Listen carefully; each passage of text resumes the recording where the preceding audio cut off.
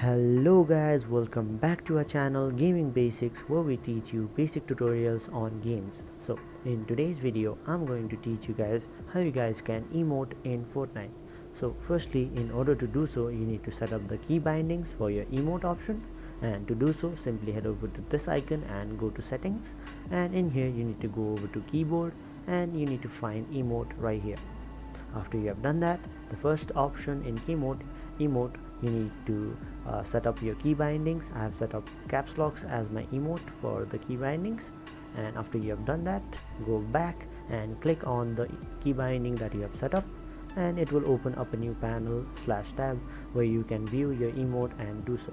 You need to simply click on one of them, and after you have let go of the button, and your emote will be visible and your character will start doing the emote.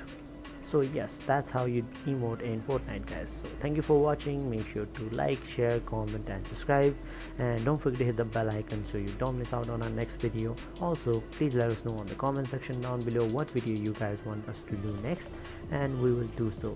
Thank you for watching and see you guys next time.